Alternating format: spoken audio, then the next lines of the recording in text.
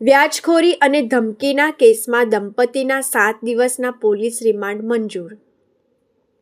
વડોદરા શહેર ક્રાઇમ બ્રાન્ચે વ્યાજના નાણાંની ઉઘરાણી માટે ફરિયાદીને જાનથી મારી નાખવાની ધમકી આપવાના કેસમાં દંપતીની ધરપકડ કરી છે.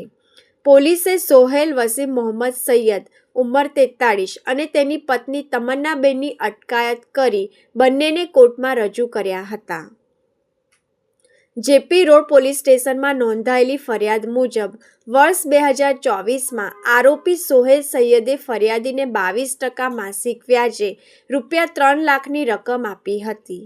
ત્યારબાદ આરોપીઓએ ફરિયાદી પાસેથી ઓનલાઈન તેમજ રોકડ રકમ મળી કુલ અંદાજે ₹12 લાખ વસૂલ કર્યા હોવા છતાં વધુ વ્યાજની પઠાણી ઉઘરાણી ચાલુ રાખવાની હોવાનો આક્ષેપ છે.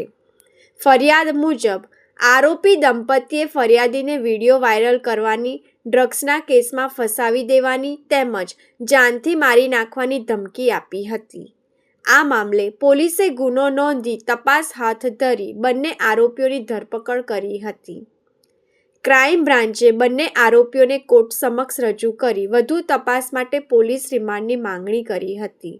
કોર્ટ દ્વારા આરોપીઓના તારીખ 16 ઓગસ્ટ 2026 સુધીના 7 દિવસના પોલીસ કસ્ટડી રિમાન્ડ મંજૂર કરવામાં આવ્યા છે.